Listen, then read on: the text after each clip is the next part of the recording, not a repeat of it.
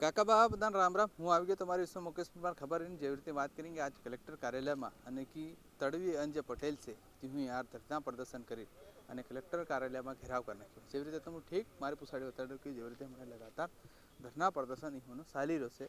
ઇહોની માંગ એવી છે કે જેવી રીતે મહારાષ્ટ્ર સરકારે જો હર તડવી અને પટેલને 15,000 અને કે મિનિમમ મુઆવજો અને વાત કરી ખાસ કરી હતી સન્માન નિધિના તौर પરથી હું આલી રીતની મહારાષ્ટ્રની સરકારે તે એવી રીતે અને જો સરકારી રિકોર્ડમાં છે તે હું તડવીનો દરજ્જો મળવો જોઈએ એવી રીતે હુંની માંગ્યો છે.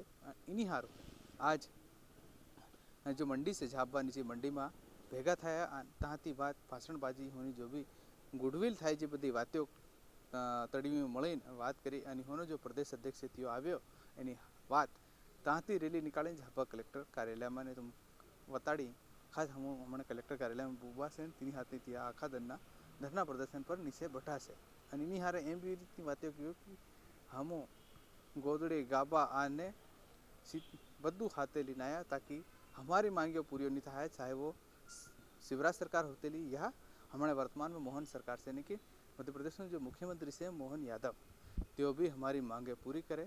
हम उन तड़वी नो सम्मान मळे अने तेनी हारू हम हक अधिकार हम तड़वी नो जो गाँव में मळवू जोईए जेवी रीते हर काम हम पटवारी एकला कर ले क्योंकि पहला जमानी झोपड़ी होती तड़वी ने पूछता हर चीज़ थातेलू लेकिन आजकल जमानो एवो थई गयो कि ऑनलाइन थई रह्यो तो तेनी हारू तड़वी ने कोई पूछी दी रह्यु तेनी हारू बधी तीहुना खुदना अधिकारी हारू क्योंकि हमने कोई भी 12वीं पास हो तो भी गाँव तड़वी बनी सके क्योंकि एक आवेदन बनावी अने मळी सके तो तीनी हारू इहुनी मांग्यो एम छे कि तड़वी खानदान थी वरहुती त्यो काम करती रहो तीनो हक मळवो जोईए एवी रीतनी वातो छे. लेकिन हाल तक घाबवा कलेक्टर ની इहुनी मांग छे कि तीनी हाथे मळे अने ए मांग पूरी करी सके एवी रीतनी तीनी हाथे खास चर्चा करी तीनी वात करीए केवी रीते एनो निपटारो करी सके तीनी हारू तड़वी बहारा बैठा छे अने इहुनी मांग्यो लगातार जारी है. आवाड़ा समय मालूम पड़े कि इहोनी मांग पूरी थाय से नहीं थाय लेकिन इन पहले तड़वी जो पटेल नो प्रदेश अध्यक्ष है तीने हूँ कीधुं ते तमे सांभळो अने हूँ तमारी उसमें फेर एवी रीतनी खबर अने जानकारी लईने आवता रहो. काका बा बधा राम राम. अने तड़वी नो जो पटेल नो प्रदेश अध्यक्ष तीने हूँ कीधुं ते सांभळो. आप तड़वी पटेल के प्रदेश देखिए माननीय, मांगे तो हमारी एक ही है कि जो खानदानी पटेल आज़ादी के बाद 75 वर्षों से सेवा दे रहा है वही गांव का पटेल होना चाहिए.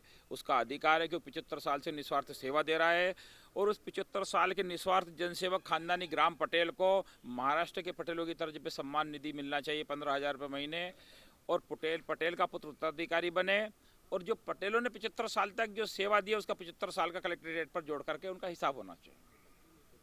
आप इसमें थैला और ये लेके ये बिस्तर तो इसलिए बांध लिया कि ये रोज रोज का झंझट है इसलिए बिस्तर ही बांध लिया कि अब इनका झंझट खत्म होगा उसी दिन घर जाऊंगा जहाँ पे नींद लग जाएगी वहीं सो जाऊंगा, जहाँ पानी मिल जाएगा पी लूंगा, मैं भी पप्पू भगत बन जाऊंगा. क्या करूं और मैं मजबूर हो गया. इनके रोज रोज प्रशासनिक अमले के चक्कर काटने से अच्छा है कि स्थायी रूप से ही बांध लिया. लो भैया मैंने बांध लिया, तुम भी बांध लो अपना अपना. सबने तैयार है. या तो रेल में या जेल में. रेल में महाकुंभ कराएंगे अगर काम हुआ तो, नहीं तो जेल तो जाएंगे इसे.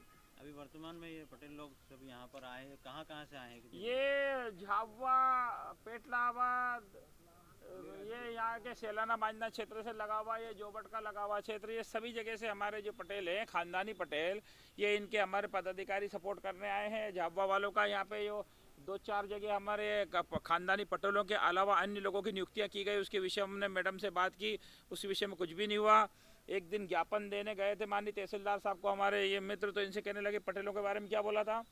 पटेल तो क्या है सीताराम, पटेल तो लोगों के लूट के खाता है पटेलों को. अब ये इस प्रकार की भाषा को सुनकर के तो कोई पटेल अपनी नज़र ऊंची करके नहीं जी सकता है. जिस पटेलों ने अपना पूरा जीवन लगा दिया, जिसने अपने संपूर्ण प्रॉपर्टी बेच दी, जिसने अपना संपूर्ण 3-3 पीढ़ियों का जीवन 24 घंटे सेवा में लगा दिया, उसके विषय में ऐसी बातें नहीं होना चाहिए. दूसरा कि ये प्रशासन अपनी मनमानी पर उतर आया है. पटवारी जी अब तो वसूली भी स्वयं ही करने लग गए. पटेल का तो रोल ही नहीं मान रहे हो.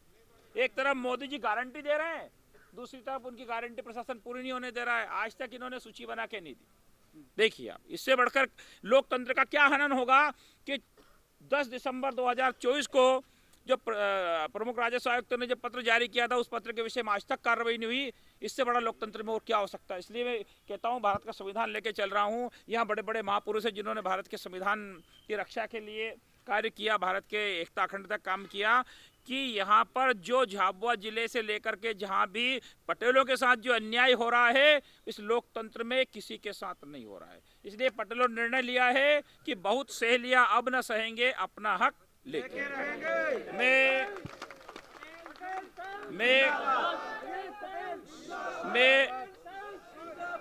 मैं खानदानी पटेलों का प्रदेश अध्यक्ष राजेश पटेल चुमली।